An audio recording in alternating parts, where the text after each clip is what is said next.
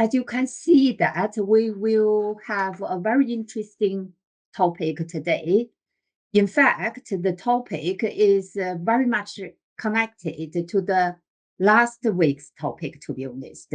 So we had a climate, a green, CEO's director's experience of foreign experience, and that the impact of this on a firm's green transition. So that's really, really nice. So we have, two co-authors. I think Professor Alessandra, Guariglia. So sorry, Alessandra. I know how to pronounce your first name, but we know Alessandra for very long time already. Alessandra has been very active, not only the research in general, but on China. So I think we had a lot of papers that you can see if you read something on the Chinese corporate governance, the Chinese financial system, the Chinese even household, economics or finance. So Alessandra is very productive, as you can see from the introduction, and she only publishes at a very top level. So the journals that she has published include the Journal of Corporate Finance and Review of Finance, the British Journal of Management, and the Journal of Banking and Finance. I think Journal of Development Economics. Yes, you did have Journal of Development Economics and other. They are all very good. So, Alexandra, I think you are famous that you enjoy doing research so much, so that you are so, and that's it's not really surprising to see that you are so productive. And particularly, Alexandra has devoted her time a lot in editorship for different journals. So as far as I see, Journal of Banking and Finance, and of course you have your own journal now, Climate Finance, you have your own journal, and you worked for different journals. And some, I think years ago, you told me you even you never missed the deadline when you are reviewing for the journals and et cetera, et cetera.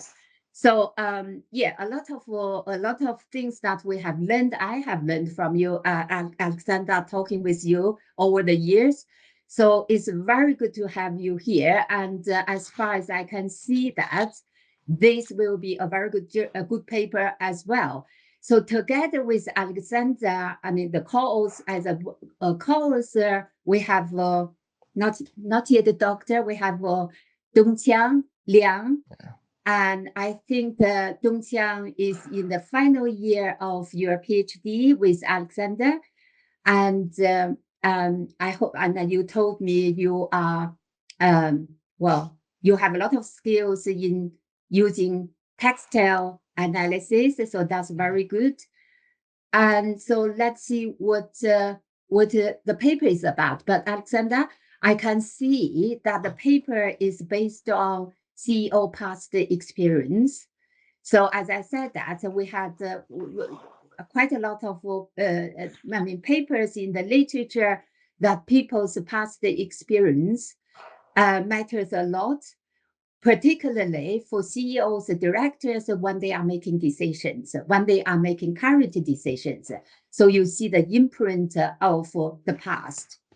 So I think in this paper, you are going to make the connection between the CEO's past experience of climate hazard.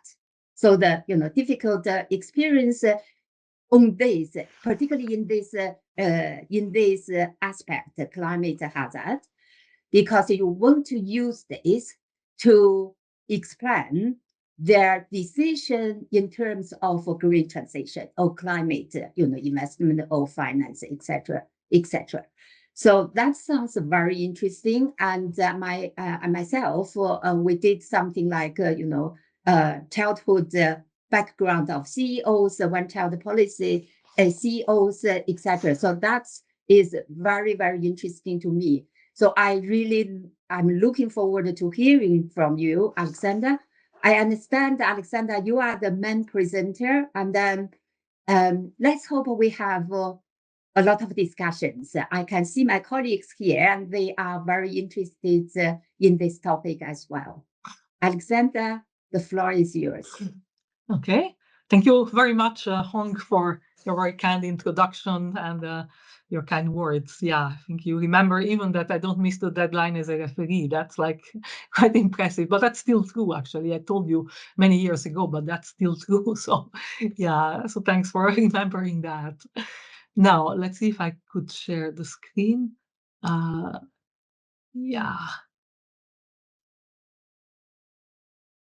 Okay. Can you see the screen? Yeah. Yeah, I can see it. Yeah, I Okay, think perfect. it looks good. Yeah. Yeah, okay.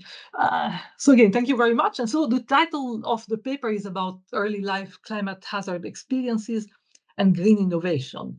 So I will start by making a short introduction, and then I will talk about our contributions, and then say something about our data and methods, then our results and some robustness tests and extensions, and then conclusions. Okay, so let's start with a short introduction. Okay, so we know that basically for the people, the mental processes and also the value systems are developed during the childhood. So if somebody experiences any shock when they're young, this can have a significant impact on how they behave when they are older. So early life shocks we can say that they plant the seed for far-reaching physical, cognitive, and emotional changes.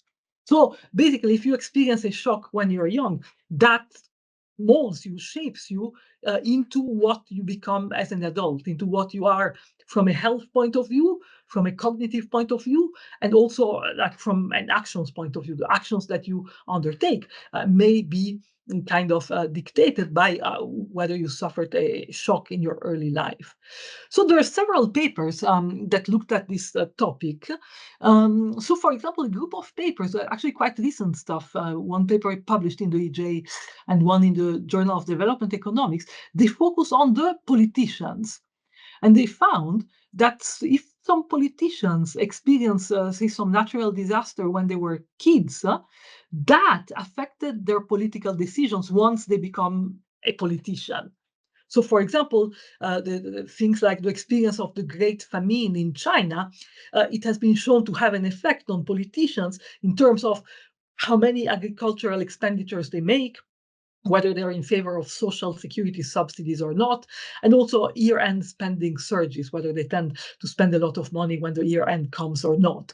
So all these policies, they have been found to be somehow shaped by whether these politicians experienced some disaster when they were young.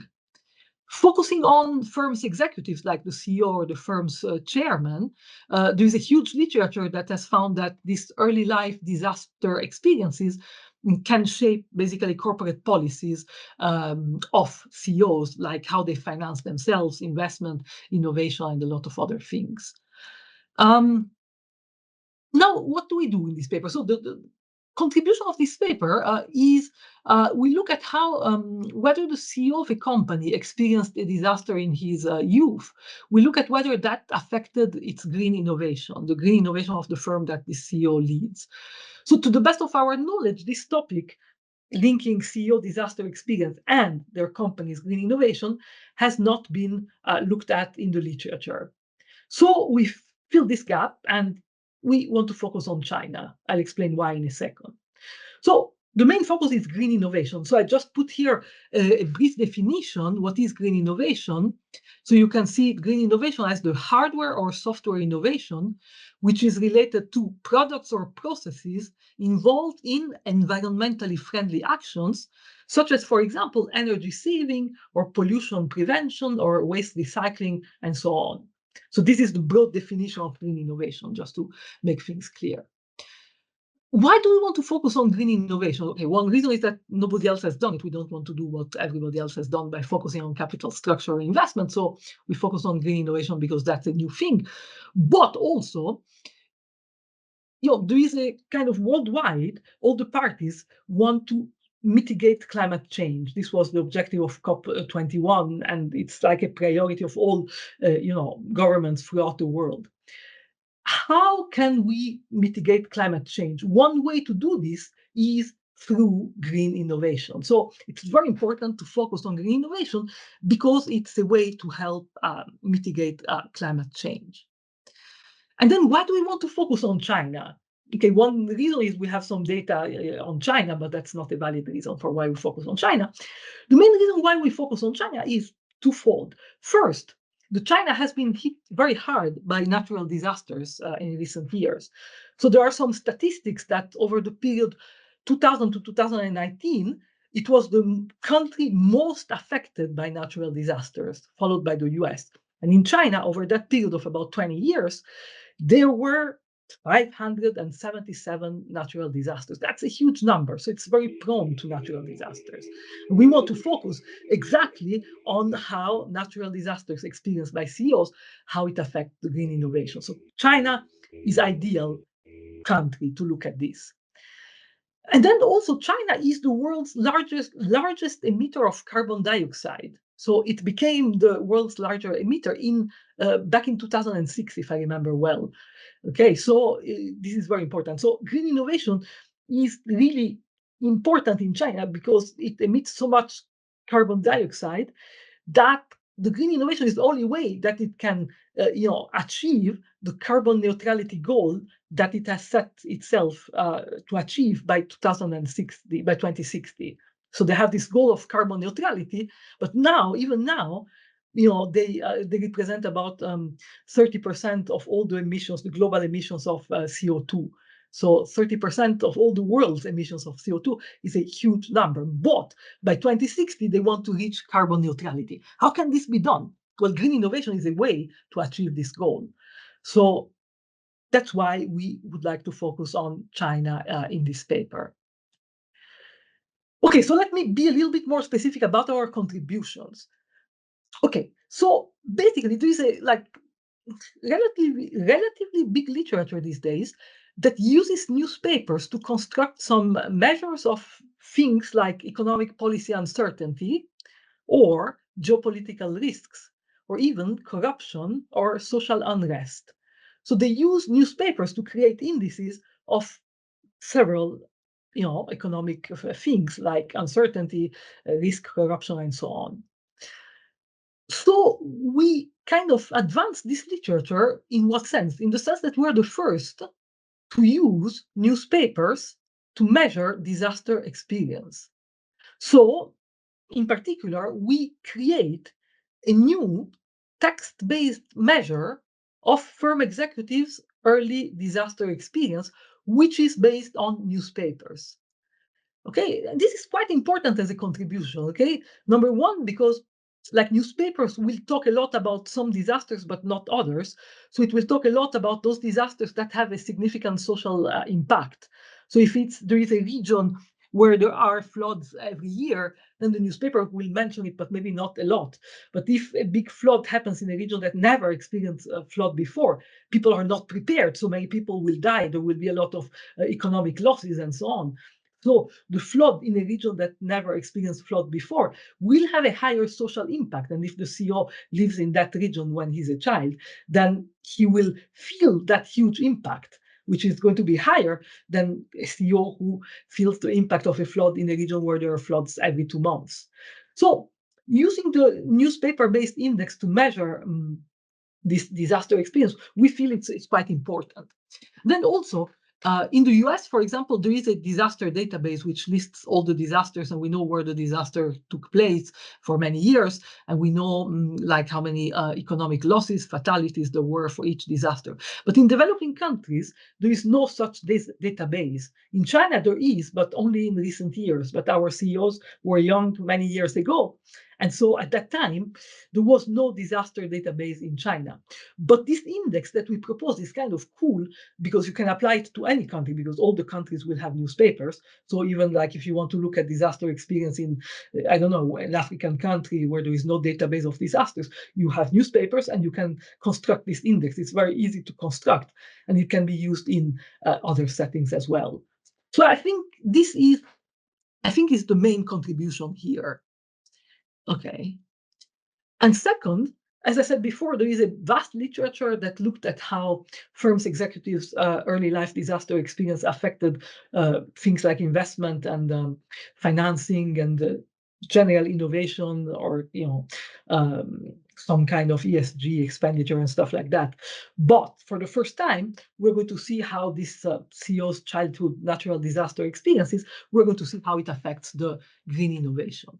But not only that, whereas the literature which looked at how this disaster experience affects investment or capital structure, they have shown that basically the climate hazard experience when you're young will affect your risk preferences.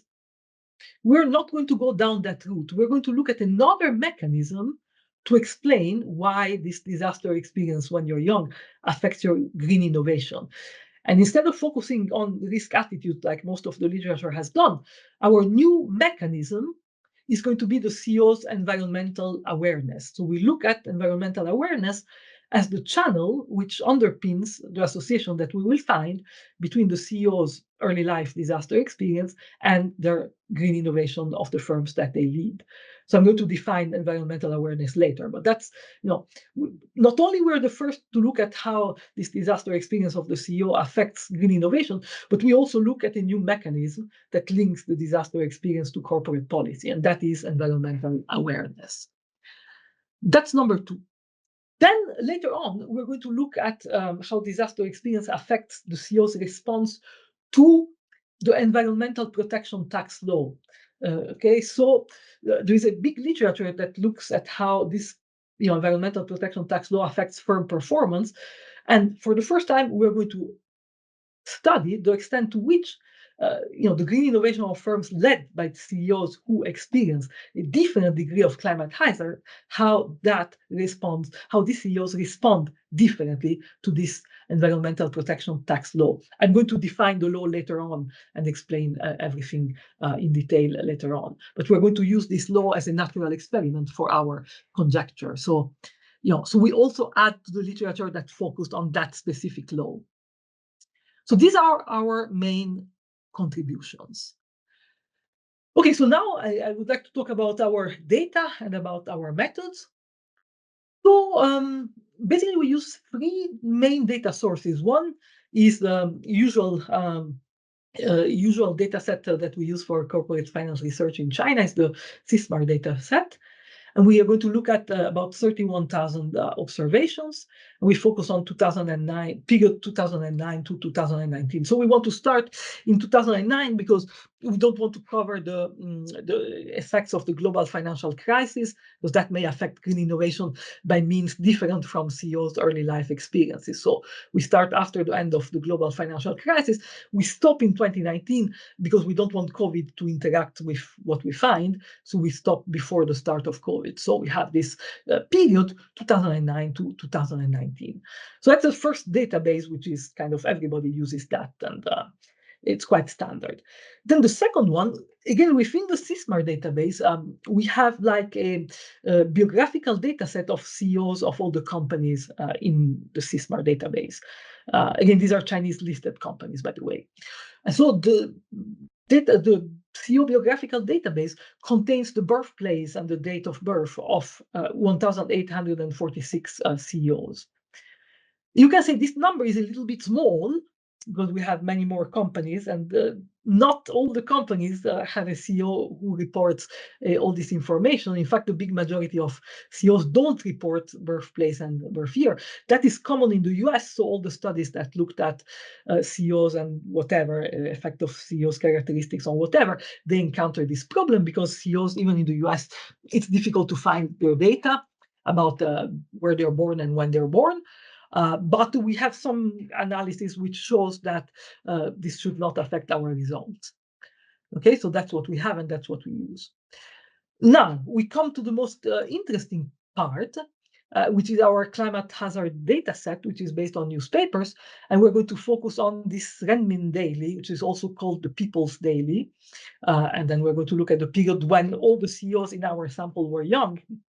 Okay, and that is between 1958 and 1995. So when these CEOs were kids, in particular between the age of 5 and 15 years old, I'm going to discuss this in a moment, that is the period when they kind of, if they experience a disaster, when they're aged between 5 years old and 15 years old, that psychology literature has shown that that is the age period in which, if they experience something, that will have greater effect on their subsequent behavior when they're older. So we use Renmin Daily. There is another newspaper, Guangdong Daily in China, which is also nationwide and quite famous. But unfortunately, that newspaper cannot be accessed. It can only be accessed from a US library, and you have to be a US citizen to access it. So we don't have that newspaper. We only have this one, but it's good enough.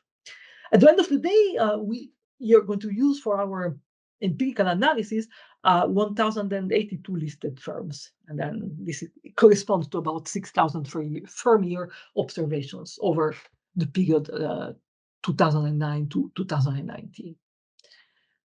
Okay, so now we're going to talk about the key variables. So first is green innovation, that's the first key variable, of course, and then the measure of climate hazard experience, which is also very important.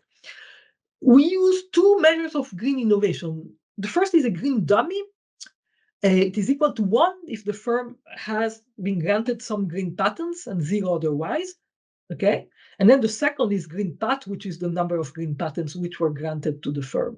So we follow the literature that looked at green innovation by choosing these two measures of green innovation. So one is to look at the intensive margin and another the extensive margin of green innovation. So we have the two variables. That's standard in the literature, so yeah, I'm not going to spend much time on that. Now, how do we use this? How do we create this climate hazard experience index? So, as I said, we're going to use a method similar to that used by authors who measured economic policy uncertainty using newspapers. But in our case, we're going to construct a newspaper-based climate hazard index, which we call CH index for climate hazard. Okay, and so this index, will reflect, the social impact of the disasters, not just the fatalities and the economic losses, but also the social impact of this climate hazards. How do we construct it? Okay, so as I said, we use these Renmin Daily newspapers from 1958 to 1995, and we look for all the articles that we have. So about 800,000. This is quite big. And then we don't want all the articles. We want just the articles about climate hazards. So how do we identify them? We create a list of words about climate hazards. So we don't invent the list by ourselves. It's taken from the World Bank. There are some terms which reflect climate hazard, like a flood, like a drought, like a wildfire, or stuff like that. So we have this list from the World Bank. And so if a newspaper article mentions a flood, it's of course related to a climate hazard. If it mentions like a drought, it is related to a climate hazard. So we basically filter the raw data set, which contains more than 800,000 articles, and we fish those that have these climate hazard words. We end up with about 3,097 articles. There are, in some cases, some misallocations. So, for example, in some articles, they talk about some steel company, and I forgot the name of the steel company, but they say this company, they beat the heat to increase production. Beat the heat to increase production. That's a metaphor. They want to increase production, so they beat the heat. There is the word heat, which would make believe that we talk about the climate hazard of, a lot of heat in a province, it can create a climate hazard. But in this case, heat is used as a metaphor, just to say we beat the heat to increase production. We want to really increase production a lot. That's not a climate hazard. So we need to read all these 3,000 articles and get rid of misallocations, like that article that has beat the heat in its title is not about climate hazard, we get rid of it, and many others in the same way. So we end up with about 2,200 articles, which relate to about 765 climate hazards events. Okay, then because we focus on province and years, what we're going to do, we're going to calculate the number of climate hazard articles at the province year level. So we end up with about 2,800 province year articles, and there are also some duplicate articles, of course, because some disaster may affect two provinces. So there are going to be an article about that same disaster in province 1, and then a second article about the same disaster in province 2. So there are some duplications. So we have overall about 2,800 province year articles.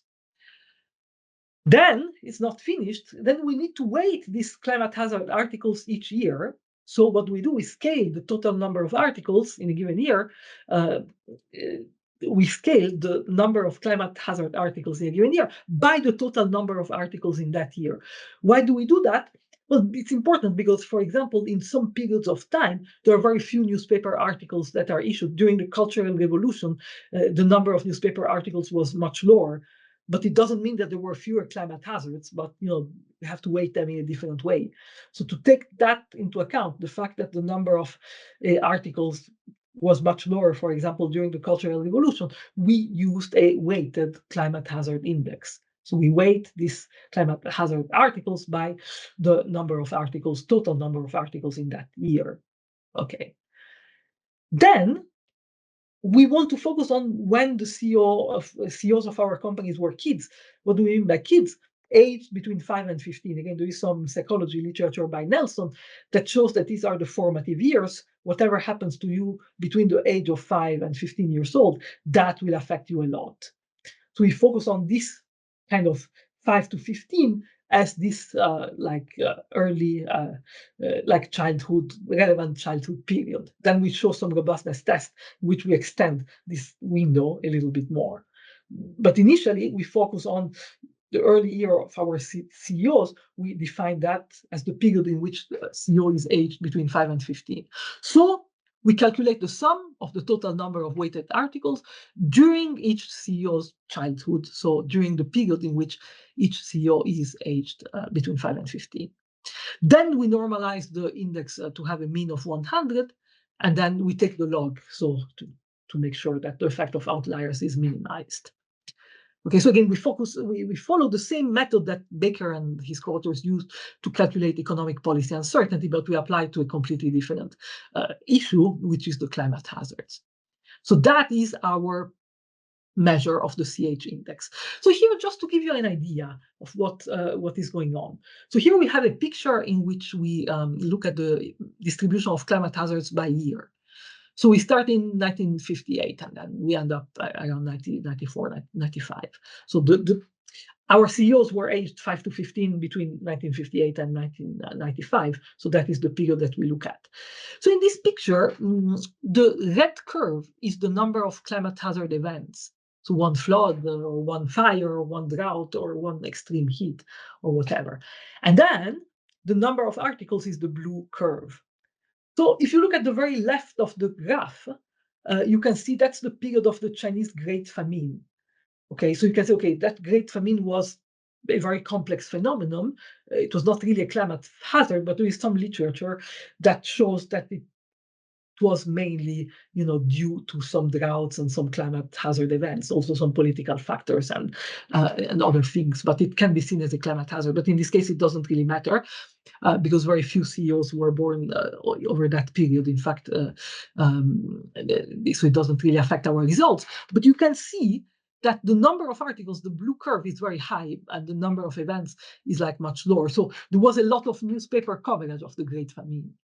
And then similarly, if you look at the right-hand side of the graph, great floods in Anhui and Jiangsu provinces, again, these were important events. So a lot, the blue curve is very tall, a lot of articles, many more articles relative to the events. And then 1981, we have the great flood in Sichuan province. And again, there is a spike in the newspaper articles. That's a big flood, so it was covered by a lot of articles. What else? 1987, Black Dragon fire in Inner Mongolia and Heilongjiang.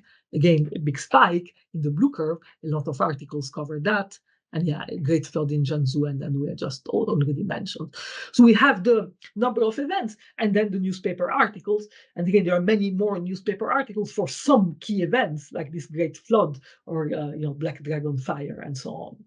So this shows what we're doing, in fact. Here, let's look at the provincial distribution of climate hazards. So we have different colors in this picture. So red for flood, then blue for hail, and snow and drought is green, and storm is dark blue, and so on and so forth.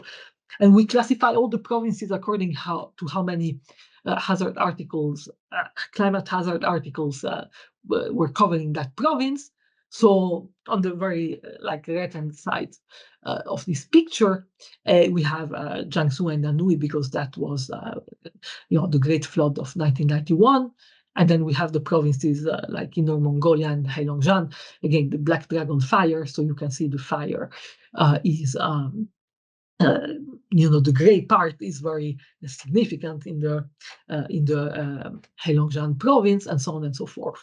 So you can see that some provinces were affected a lot by disasters, some much less. All the provinces were affected somehow by disasters, but not to the same entity. So this graph is based on the climate hazard articles, articles that talk about a flood, articles that talk about drought or a storm or whatever. Okay, so. And then here we have in this table A2, in the first panel, the distribution of climate hazard articles according to which climate hazard we are looking at. So the drought was covered by about 1,000 articles. 36% of all the articles is about the drought, the flood 31%, and the typhoon 10%. So in China, the drought and the floods are the most frequent disasters in China, covered by between them, 36 and 31% of the articles. And that's like lots of literature which looked at disasters in China. They found that droughts and floods are quite frequent disasters in the country. And like snow is only 1.77%, and hail, only 35 articles talk about the hail and so on. So if you look at panel B, this is about the actual events. How many drought events did we have? 391. 51% of the total. How many flood events? 174 events, 22%, 23% of the total. How many hail events? 21, only 3% of the total.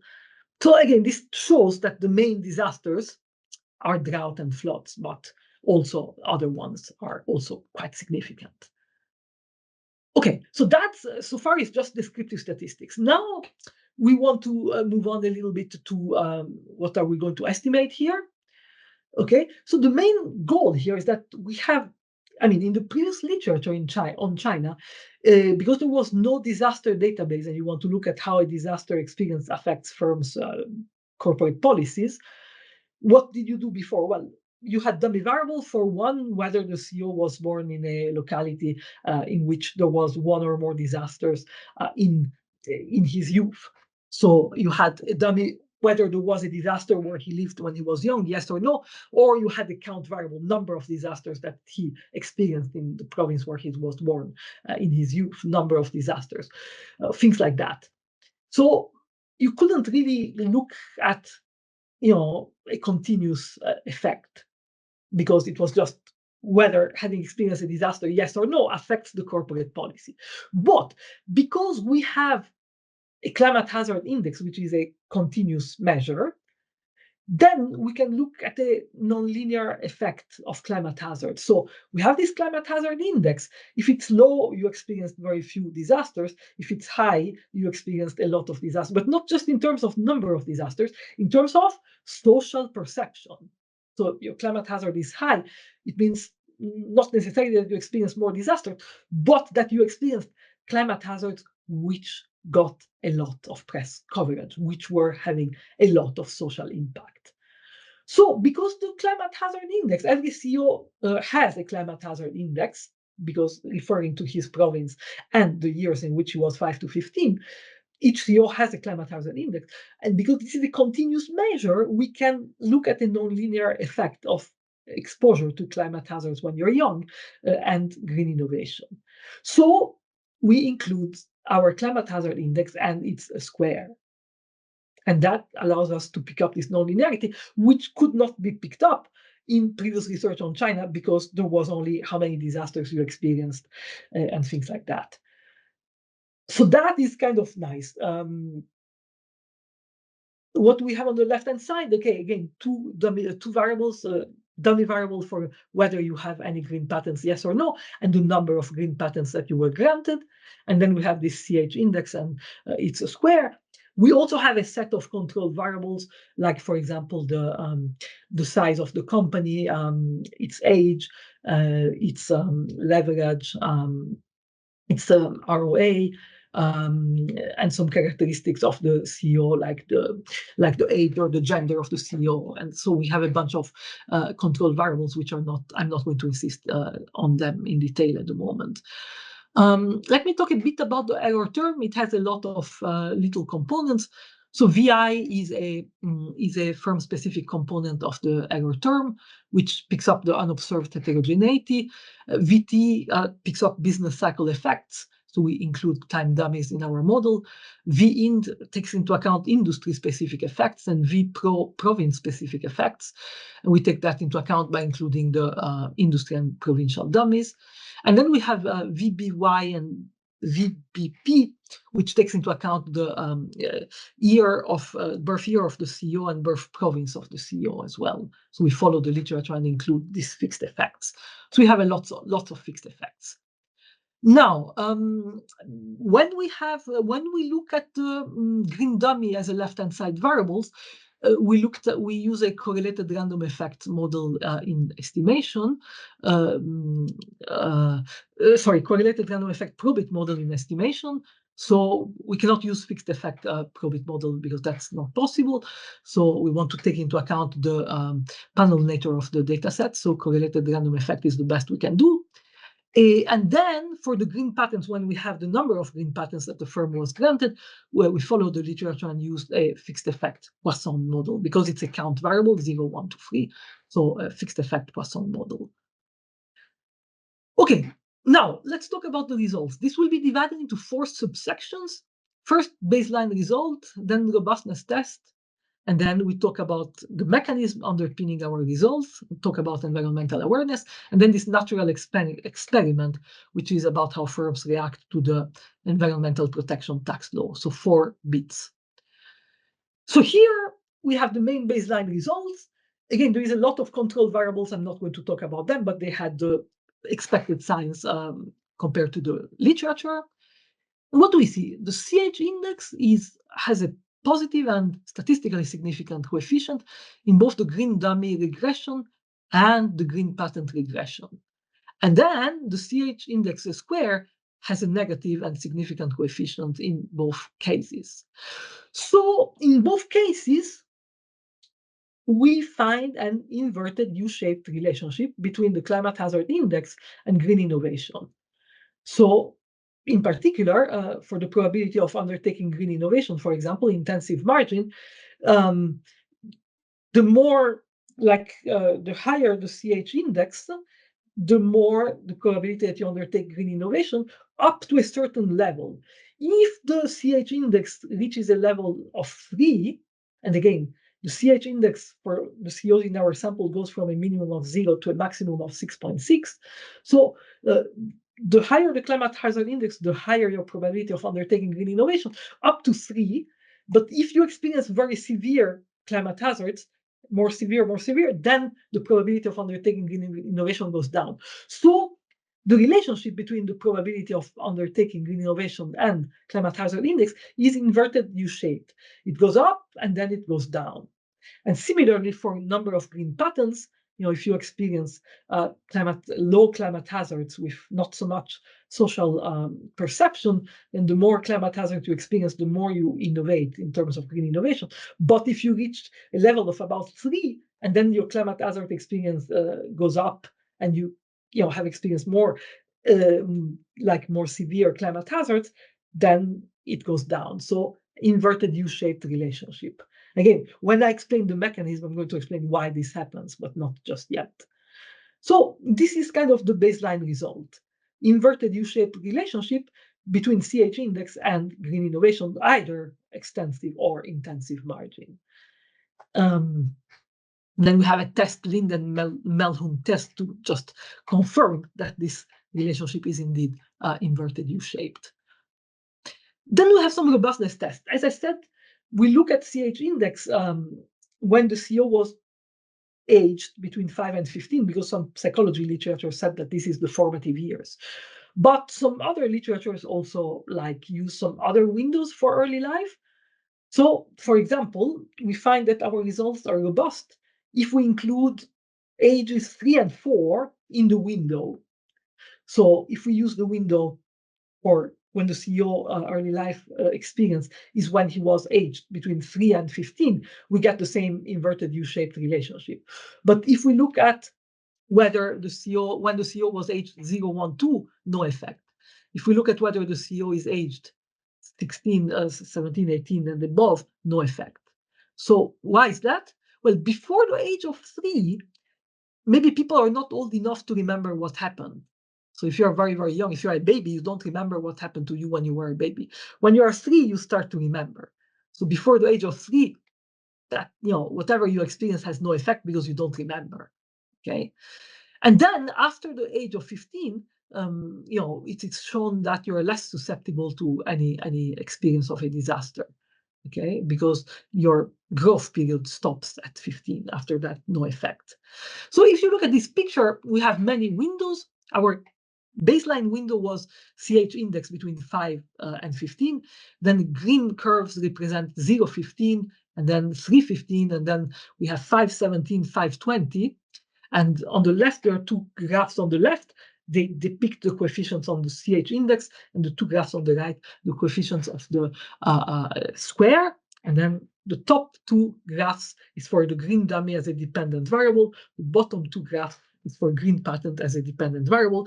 In all the 4 pictures, you can see that only the coefficients of the blue and the orange are significant. The others are not significant. So this shows that you find a positive and significant CH index and a negative and significant square of this index if you use the windows 515, as in our baseline results, but also if you use the window of 315. So there is some kind of robustness to extending the window to ages 3 and 4.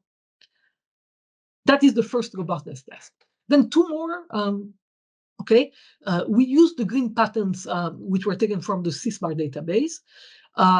There is another Chinese database about corporate finance, which is the Chinese Research Data Services, CNRDS, that also has green patents granted to the firm, but they're measured in a slightly different way. So we want to check whether our results are robust to using this other measure of green patents granted to the firm, and we find that the results are robust. Then all our results so far are looking at green patents granted to the firm, but we may want to look at also at the green patents that the firm applied for.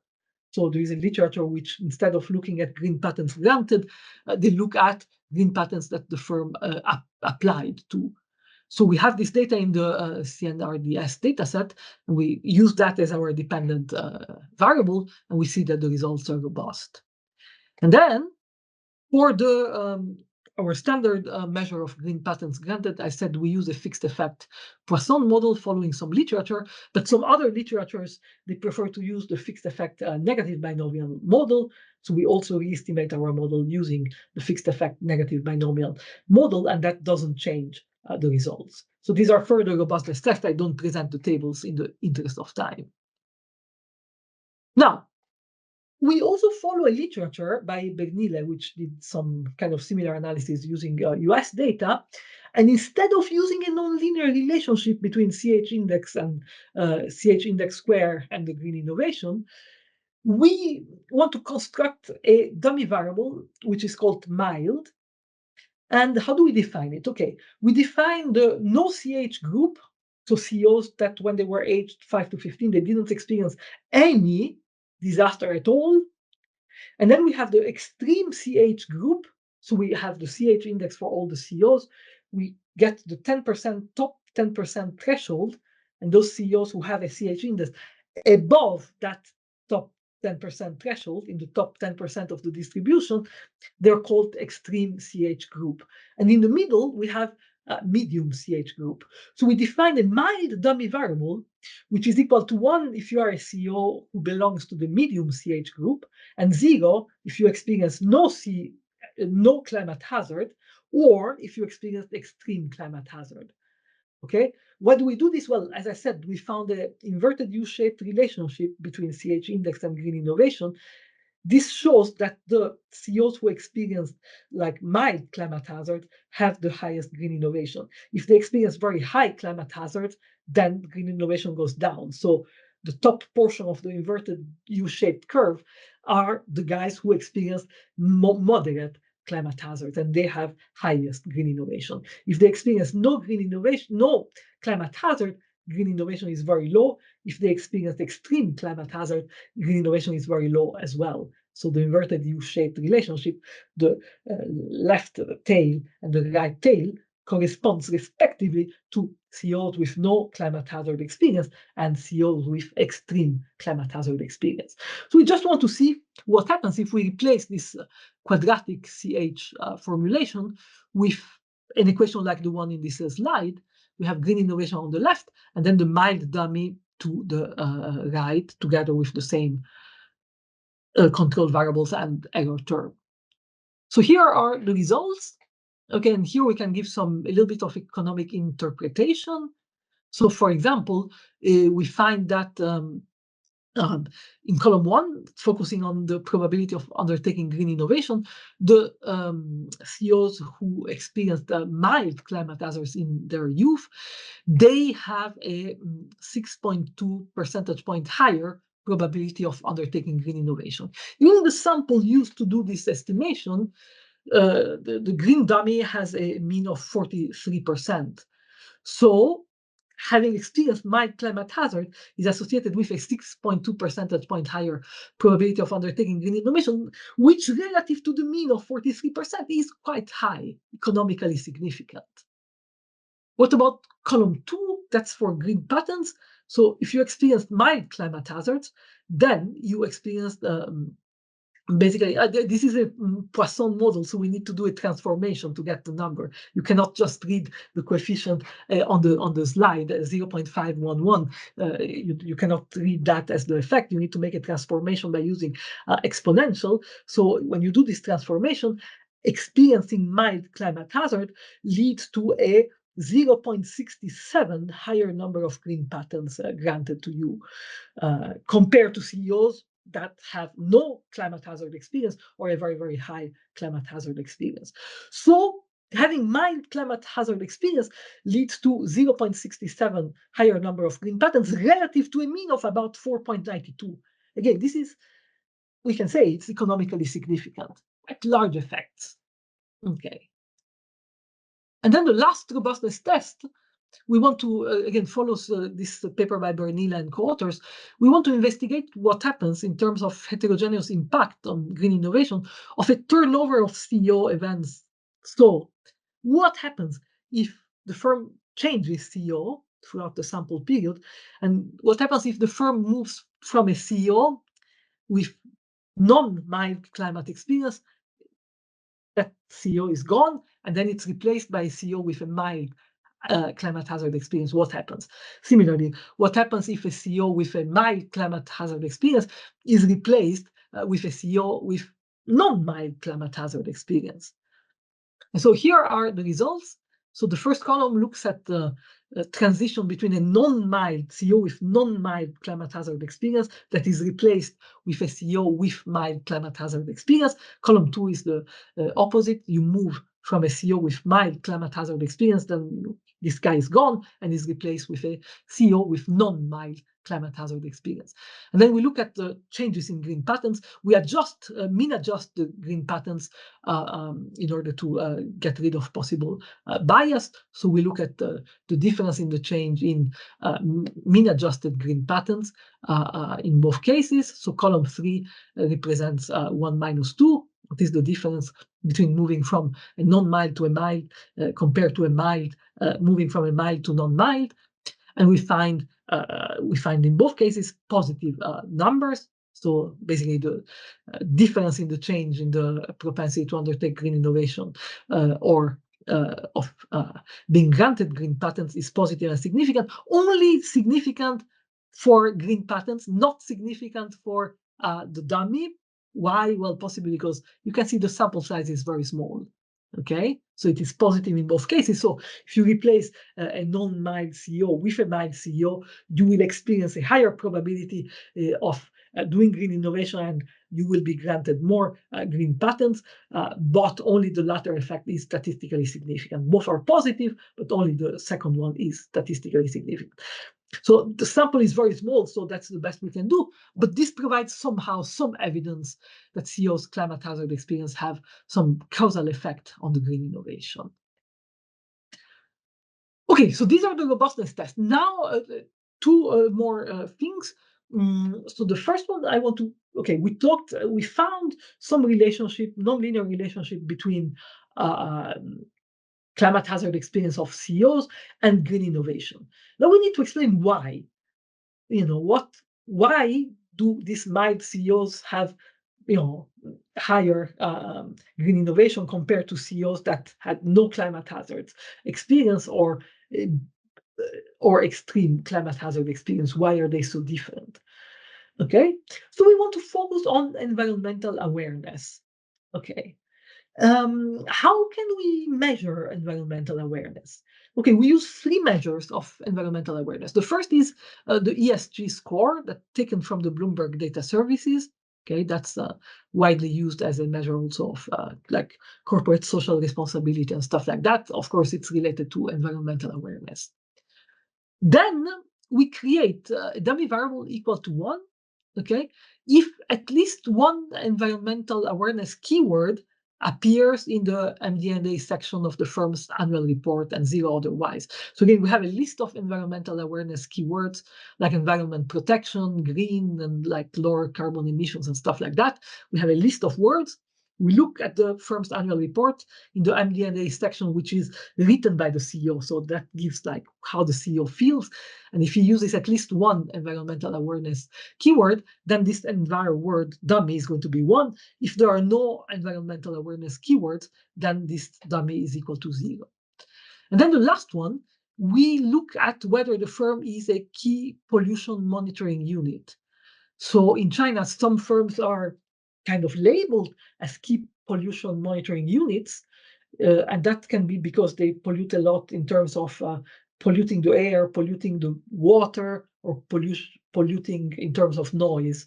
So, if the firm, is classified as a key polluting monitoring unit, then it shows that it's not very environmental aware. So we create a dummy, no key pol, which is 1 if the firm is good, if the firm is not a key pollution monitoring unit.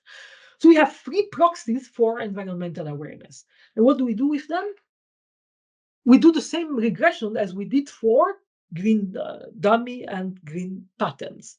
So we're going to estimate models in which we have on the left-hand side our environmental awareness proxies and the CH index and the CH index square on the right-hand side.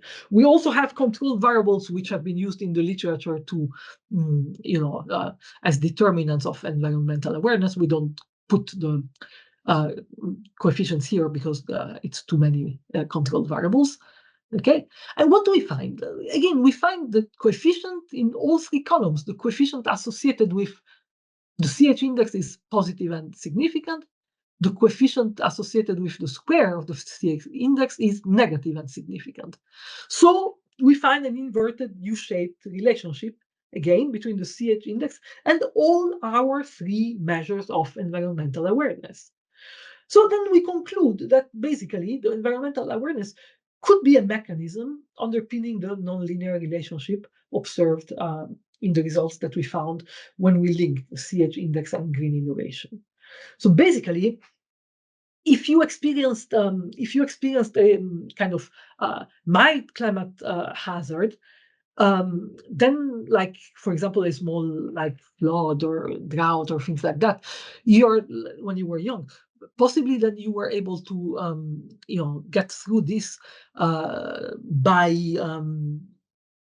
some kind of social support and things like that.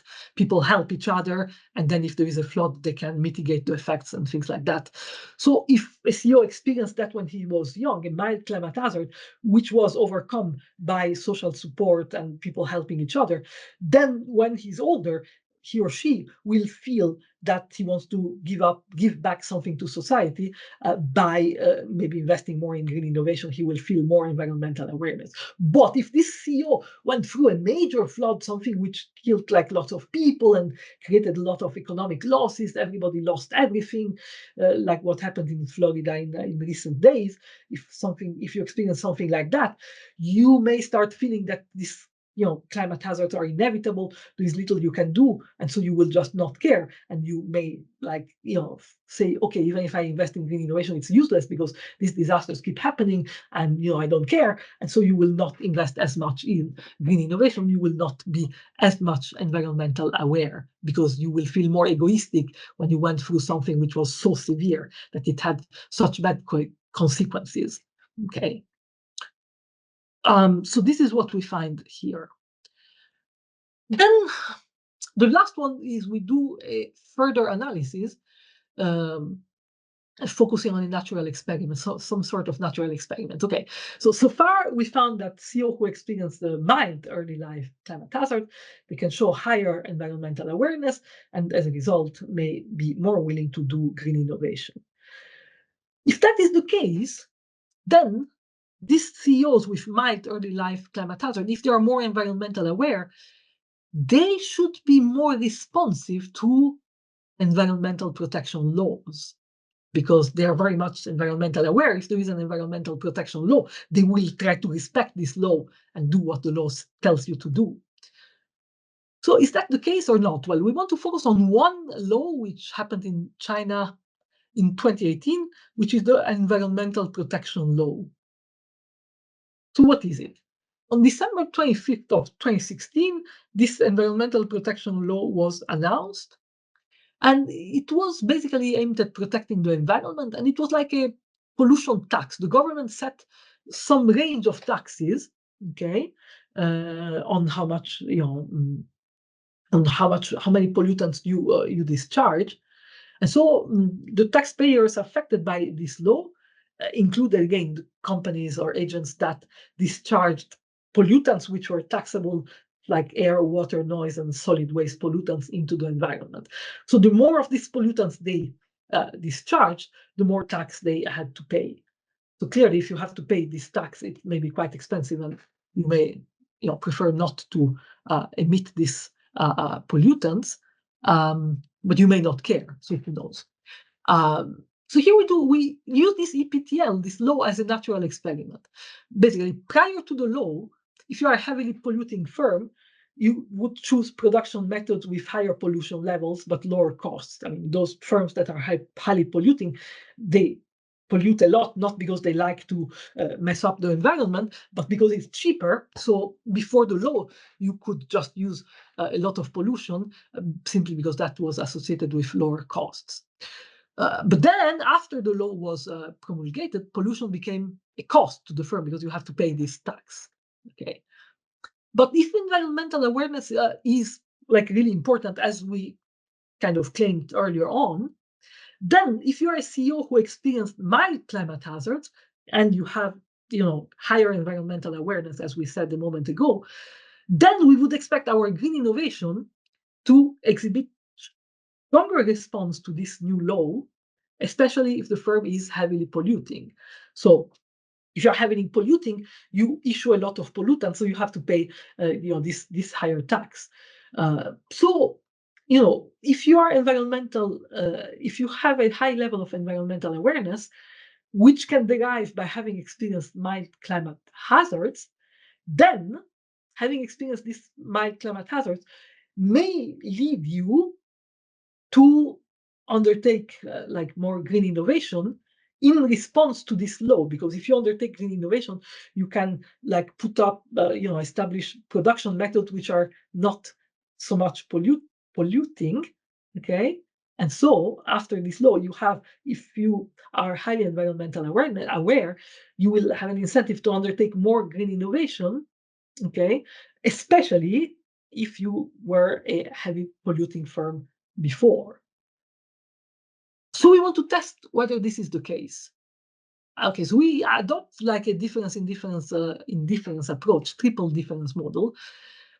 And green innovation is on the left-hand side, and we focus on the mild dummy, which is, again, 1 if you experience mild climate hazard when you were young, and 0 if you experience no climate hazard, or if you experienced extreme climate hazards. And then we define a pollute, which is a dummy variable equal to 1 if you're heavily polluting firm and 0 otherwise. And then post, which is a dummy variable, which is 1 after the implementation of this law. And then we have double interaction terms. We have control variables. We have error term, which is similar to what we had before. But the key term here is the triple interaction term, beta 7. It's red. So what does it capture, this triple interaction term? This is like the key term that we want to look at. It captures basically the extent to which the change in the response of green innovation to the law for heavily polluting firms in comparison to less polluting firms, how this differs for firms which have a CEO that experienced mild climate hazard experience. So we would expect this beta 7 to be positive and significant. And so we estimate this equation. And here we only put the triple interaction term just to make things more clear. And column 1 is for green innovation intended as a dummy variable. Column 2 is for green innovation intended as the number of green patents issued. And we can see that the coefficient associated with the triple interaction is positive and significant, both at the intensive and the extensive margin. So this is basically consistent with our interpretation. Basically, the change in the response of the green innovation to the law for heavily polluting firms compared to non-heavily polluting firms is stronger if the firm is led by a CEO with mild climate hazard experience. So this CEO with mild climate hazard experience, basically, they are in line with our expectation. They are more environmentally aware, and so they respond more to this law once the law is introduced. Okay, so this is maybe a nice result, but one could raise a question. Okay, we need to be sure that CEOs with different early life climate hazard experience, we need to be sure that those CEOs operating in heavily polluting and non-heavily polluting industries, we need to be sure that they didn't show a different propensity to undertake green innovation before the implementation of the law. So in other words, we need to test the parallel trends assumption, because if CEO with mild climate hazard experience operating in heavily polluting industries in comparison to those in non-heavily polluting industries, if even before the law they had a higher tendency to undertake green innovation, then our results don't really tell us anything. So we need to test the parallel trends assumption. So we estimate an equation similar to the one that we had before, but we instead of having mild times pollute times post, instead of post, we here in these pictures, we have that interaction between mild and pollute times current, time post 1, times pre 1, pre 2, pre 3, and pre 4 and over. So basically, the first in this panel A, for example, for green dummy, we can see that the interaction between pollute and mild in the year before the law came into effect, 2 years before, 3 years before, and 4 or more years before, we can see that the coefficients on the triple interaction terms are not significant, and they're only significant in the current period when the law enters into effect, and the post period. For green patents is the same.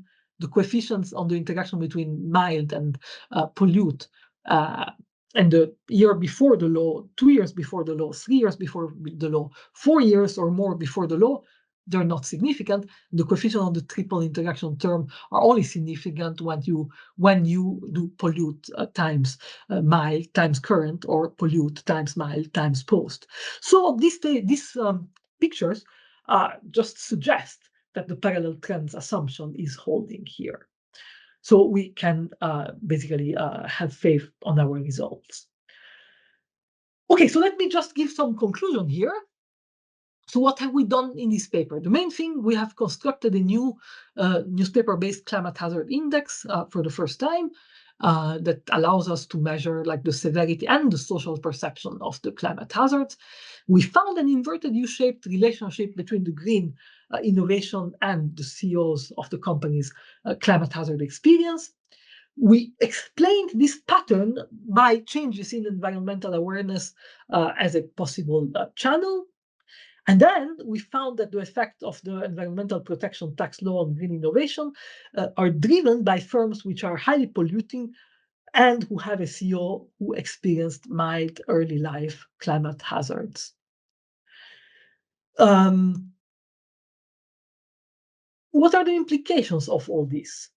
So the individual traits of the CEO that may have been shaped by their early life climate experience have to be considered by the companies when they hire a CEO, because whether or not the CEO has one type or another type of past experience will affect the way he or she behaves a lot. So these individual traits of the CEO have to be taken into account.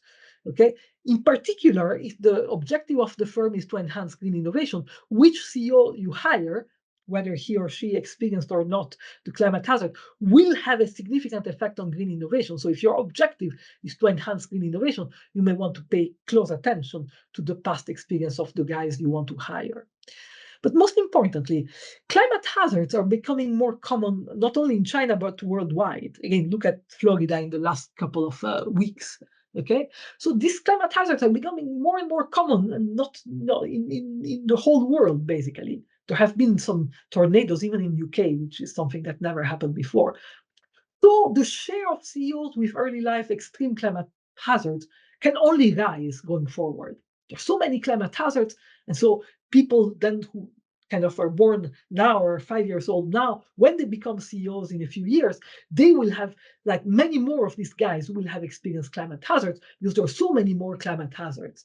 So this later on, when these CEOs grow up, they may be inclined not to do green innovation. So green innovation of the first, in the future, it will go down for sure.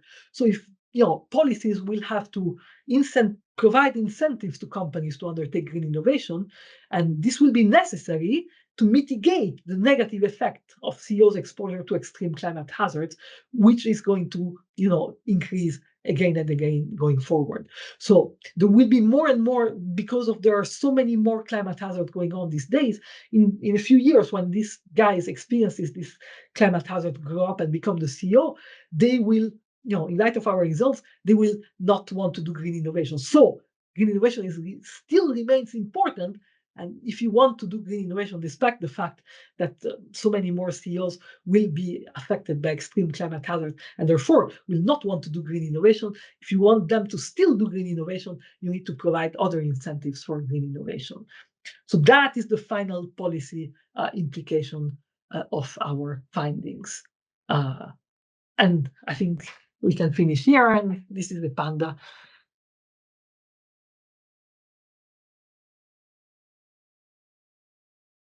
Yeah. Yeah, that's really, really interesting. And Alessandra, you, although you have done quite a thorough work, a lot of procedures, a lot of variety, robustness test, but you explained it very clearly. So at least I followed you very well. I hope most of my colleagues feel the same.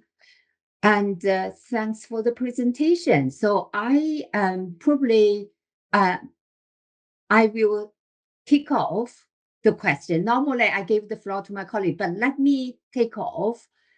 I have a major concern, and that is about the measurement, your CH, your climate hazard index. So you actually based on the reading of the filtering of the newspapers, and you have the number of cases of climate hazard, you scaled it by the total number of reports, newspapers reports.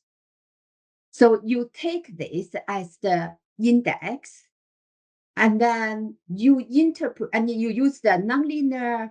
So you find an inverted U curve, and so you ended up with the mild experience. So meaning there are some provinces that the ratio of the climate events in terms of the total media reports is lower. And then there are some provinces that have experienced quite a lot, many. And then you focused on the mild, that, middle range, and then you continued to do a lot of tests, particularly that DID test. So my major concern is, how do we see that your measure, CH index, reflects the social and the economic impact of the disaster? Yes, numbers is another thing, but how can we see the severity of this hazard, this climate hazard? You mentioned something about social, you mentioned something economic, but how do we see this from this ratio, from this index, from the way you construct this index?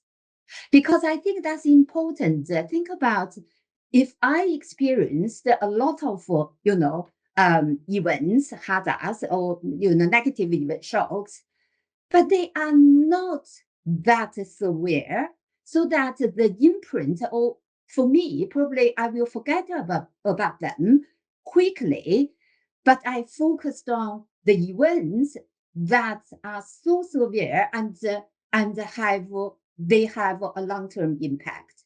So I focused on how many people were killed by this accident, by this disaster, how many values we lost due to this disaster, for example, economic value. So I want to know more about this, and therefore I can trust you are mild as compared to the heavy something. Right, yeah. Well, I mean, the idea here is that, like, if a disaster is very small, I mean, if it has, like, nobody is killed and nothing is destroyed, then maybe there will not be many newspaper articles, because, you don't want to write an article on something that hasn't affected anybody. Whereas if it's a big disaster, then, they will write, more articles covering it. And for example, those in the graph, I had like some floods in the Anhui Jiangsu province. These were very severe, covered the whole province, and there were a lot of articles. So the event was like, there was a red curve and the blue curve, which was much higher, because these were like really severe. So if the disaster is, I mean, the idea here is that if the disaster is covered by a lot of newspapers articles, it must be really having a high social perception. But if it's a small flood, maybe not many articles will affect it. So I'm not sure whether Dongqiang wants to add anything to this.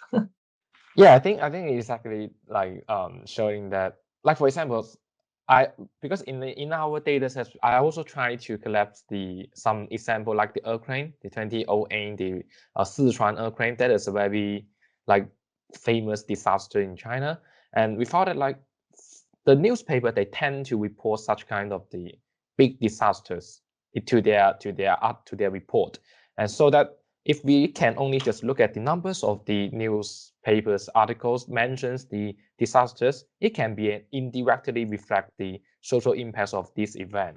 Yeah, just like the logic is like this. And we also like try to, because actually China have the data set, that is the natural disaster data set, but just for some reasons here.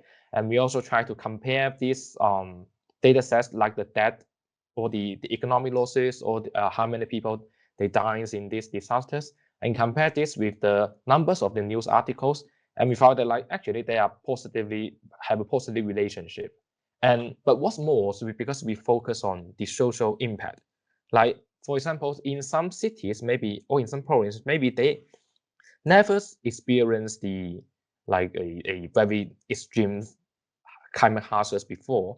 And then in this case, if there is a very strong disaster happens in that areas, and then we will have the social impacts of these events in these cities should be stronger than those like frequent happens, the disasters.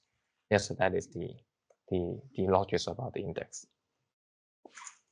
Okay, so but thanks for that. So Alexandra, so according to your conclusion, we do need some number of climate disasters, right? So that's we need to reach that mild range so that people can be more green innovative. So Yes. I found we do not need. What about there is no? So, but it's a joke. So let's open the floor to yes, to our colleagues. So I saw Ali's hand. Ali, please come in, please. Hello, hi. Thank you so much for your presentation. This was very interesting. I had two questions in my mind. Firstly, I mean, as Dongqiang was explaining over here, that the severity or the impact was measured by the article. But I was just thinking, for example, like we have two provinces. One province has a severe event, the other one has a less severe event. Their social impact can be different, but it can still be captured by, let's say, the same frequency of like article. So we're essentially saying that if there's a severe event, the weighted articles have to increase. So I wasn't sure how would that happen, because this can also happen that since we're looking at 1958 to 95, maybe the number of or the times of reporting has also increased. The need for writing more can also become. So I wasn't really sure just how the severity was like captured. That's the first question in my mind. I mean, just to explain that. Secondly, I was pretty much convinced by everything, but the last part actually confused me, the environmental protection law, because I was thinking that if they're already environmentally aware, so their responsiveness should actually be low because they were already aware about this. So I wasn't sure how the environmental protection law, when they're reacting to it, so it means that they were aware before, but after the law they like decided to implement it. So I just got confused at the end. So I mean, like, if you can explain the environmental law, that why is being significant to that, reflecting that it explains their environmental awareness. So these are my two questions, if like that's fine. Thank you. Yeah, right. Thank you. Thanks for the question. Yeah, I'll answer like the second one first. And like basically, I mean, even like what we measure in the analysis of the environmental protection tax law is whether the response of the highly polluting firms in comparison to the non-polluting firms, the response to the law by highly polluting in comparison to non-polluting laws is higher for firms led by CEOs with mild climate hazard experience. So I mean, you can exhibit environmental awareness, but you can still, your firm could still be like relatively highly polluting or not. I mean, that's you may have come into this firm now and you're trying to kind of invest more in green innovation and things like that. So the idea here is just whether the response to the law in terms of green innovation for heavily polluting in comparison to non-heavily polluting, whether that response is higher for mild CEOs compared to non-mild CEOs. Highly polluting, for them it's quite expensive to adapt to the law because they, the production methods are based on high pollution emissions. So if they want to change that, it's quite expensive. So, in comparison to the less polluting firms, the high polluting guys will respond more anyhow. because the law came into effect, and now before it was cheap to produce with high pollution, now it's like more expensive, so you have to respond more. But this differential response of polluting firms in comparison to less polluting firms, which is driven by the cost and things, will be higher if you are more environmental aware. In other words, if you have experienced mild climate hazards. I'm not sure, Dongqiang, whether you want to add anything. Yeah, no. I understand. I was just trying to understand the responsiveness. No, that's fine. Yeah, so that's the idea. And for the first question, maybe I will leave it to Dongqiang. Okay, and yes, and I think, for this first questions, I think even though there is the same severity, or I mean just in the physical severity, for example, the same economic losses and the same people say dies in these events, but it would be sensitive for those cities or regions they didn't experience such kind of strong disaster before. So and we should notice that we didn't just use the numbers of the articles, because we scale it by the total numbers of the articles each year. So I think this can be solved this problem. What do you think?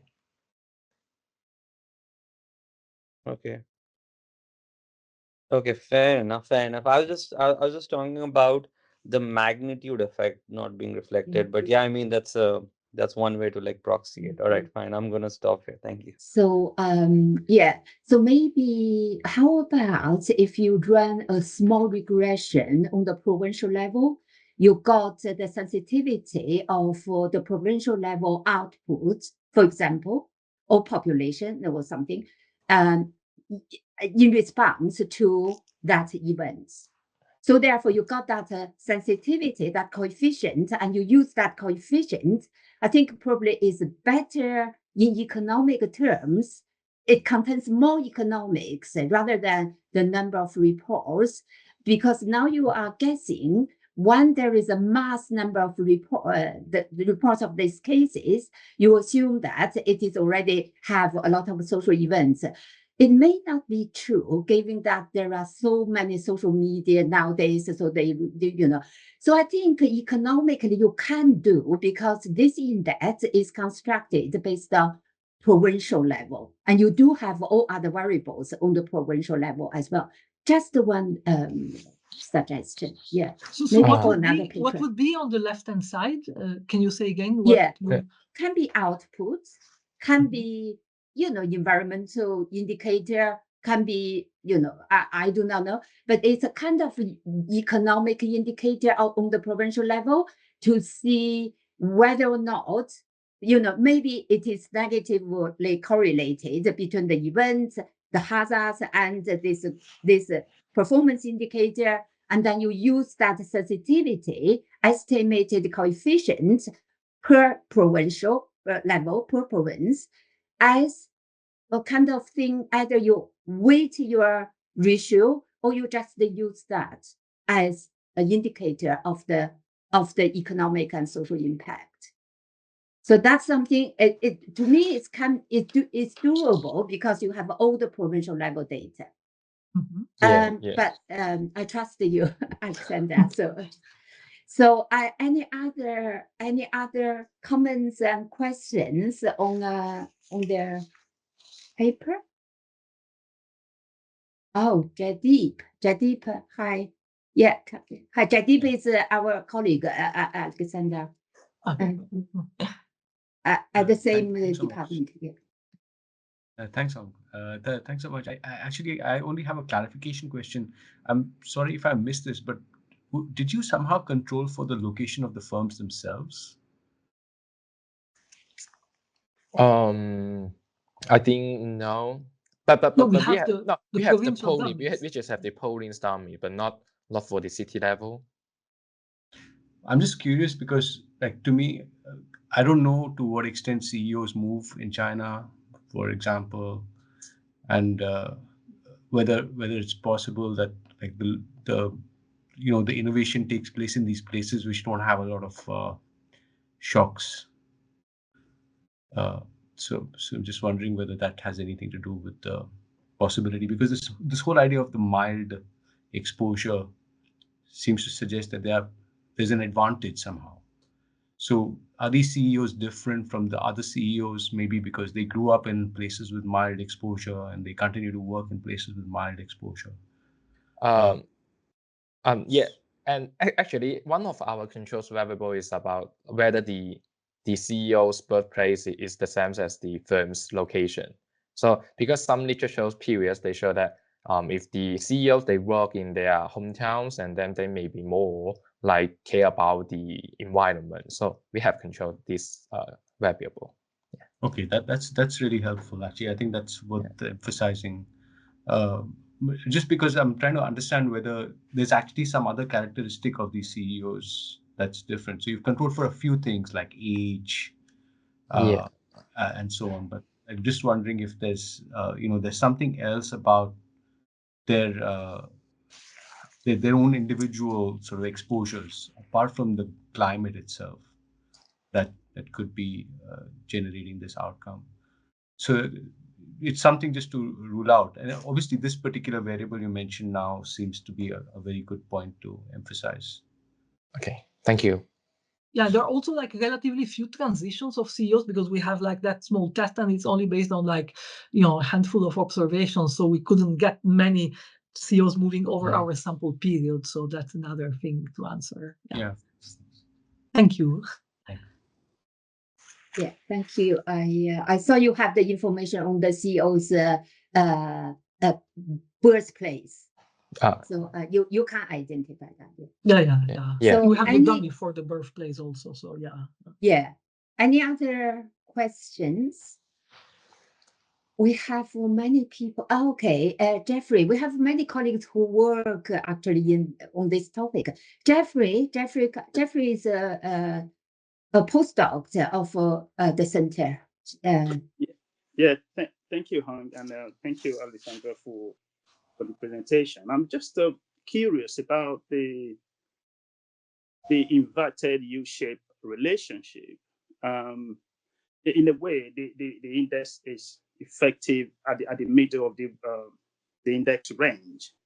So, which means both extreme ends is sort of drop. So, do you think this has something to do with maybe selection bias or something? If you include CEO who are involved in policy making, for example, who are empowered to make, because what you're saying is that, according to your explanation, that when these events are sort of mild, that's when the CEO like to go back and contribute to the society because they were helped when it happened. But when it starts serious, they know that they cannot do anything about it because the assumption is that is more like a policy making part of, because it's very serious. So if you include some people who are in such power, would that change the result? Because I'm struggling to see why higher events will not have effect or drop.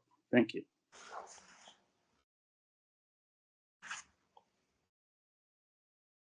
Yeah, I think all the CEOs, have like power in terms of their companies, like to make the decisions. Yes, because I think in China, like compared with the CFOs or other executives, like the CEO is maybe the powers of the CEO is like close to the chairman in the board. So I think it has enough. And I think we can have one more robust test to look at whether the CEO's powers will affect our baseline result.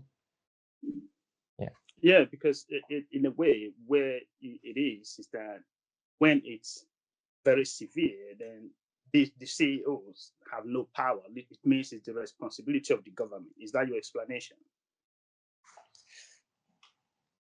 Well, yeah, if it's severe, they feel that whatever they do, it doesn't make any difference. So if they experience very severe climate hazards when they were young, then they become more egoistic and they say, okay, there is nothing I can do. So it's not that they don't have the power, it's just that they feel it's useless, so they don't bother anymore.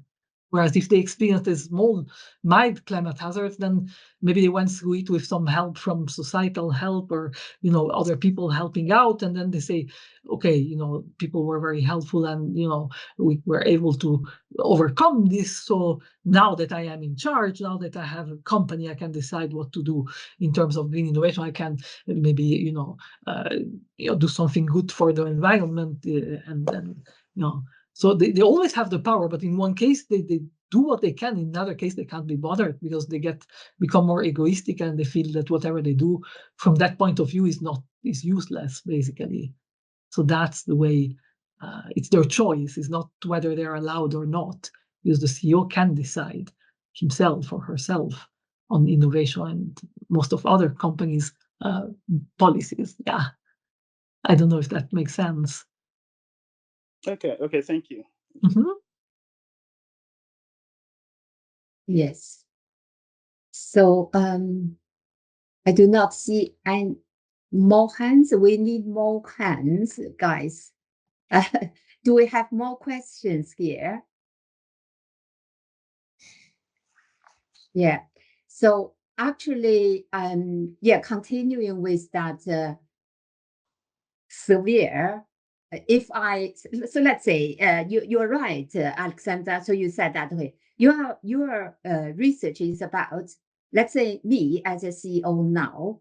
You actually look into my past. So when I was between 5 and 15, and looked at my CV or my experience, whether or not I have experienced some very negative shocks. In this case, climate hazards, and and then that will be transformed to my management style or my maybe technical things, but that will be reflected in my current decision. Right. So after many years, so what I experienced in my childhood should affect my decision now. So there is a process, and this process is more often the psychological process. Okay. Now, so my question is, so I do feel a little bit. So why did I I experienced very severe negative shocks, but then why make a decision today? People do not see. I cannot, there's nothing that I reflect this. However, when I experienced something mild, then you can see that is reflected in my current decision.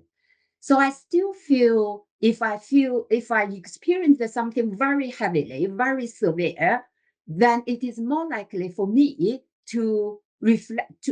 Psychologically, it will last for much longer. The psychological impact, which should be more obvious, long-lasting, and that will influence me, whatever I'm doing now. So why do we have to have that mild experience rather than more severe experience? So I think we need something in between. So psychologically, what happened here? Oh, I do not know. I cannot think of anything else apart from the psychological process.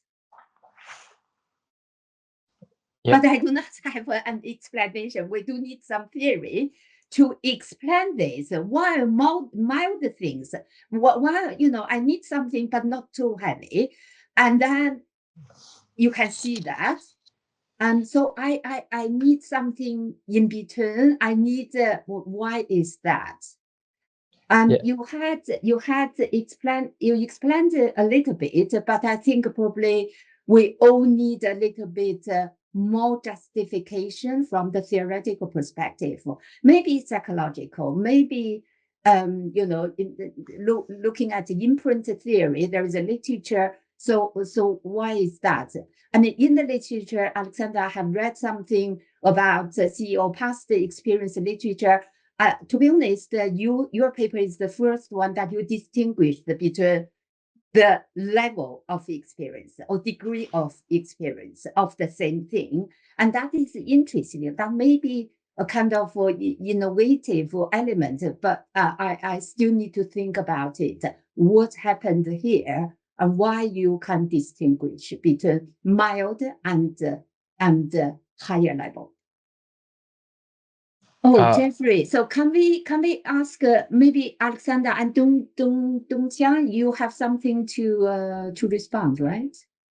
Jeffrey, wait for Yeah, I think like based on some psychological literatures, like it shows that people's when they experience the small shock on the maybe climate hazards or disasters, and then like the societies will maybe have some donations on the social health, and then we can help them to go through the disasters. But when people they are facing the extreme disasters, so like we cannot, like this time of people, they cannot just depend on the governments to help them to go through the disaster. So in this case, and then these people, they experience the extreme disaster, they have become more egoistic. So that is why maybe there is a opposite effect when they are experiencing very extreme disasters. Yes, do you think it makes sense? Well, whatever you said makes sense, but we need more formal justification rather than how do we feel. Jeffrey, let's say, but thanks for your at least you tried to convince us. But I think that's a helpful comment. I think we need to explain this a little bit better, because I think it's a very good point. Otherwise it's it's a bit difficult to grasp the intuition. So thanks for the comment. Mm-hmm. Thank you. So Jeffrey, you have more comments, right? Yes, I just to add to what you said, and which is in line with the inverted use comment that I made before. I think the question you asked, which is about what is in between, I think that has something to do with the CEOs that are selected, because the capacity of the CEO to contribute, for example, people with the capacity to make contribution or to react to severe events will do so. So then CEOs with low capacity to react to mild events will do so. So I think if you can try to maybe disaggregate the data and see the different classes of CEOs, if those in higher power who want to react to severe events because they have the capacity to do so, because I think that area needs a bit more explanation. Thank you. Thank you. Okay, so it's just a comment and further, but I think that's a very interesting distinction, Alexander, between different range and that inverted U curve. But just a little bit, it needs a little bit, digging deeper probably. And any other questions? No. So Alessandra, thank you very much, and Dongqiang, thank you very much for your another piece of very comprehensive work. And I think I already saw the hand. So we enjoyed your presentation, and I'm sure the paper will find a very good home. Yeah.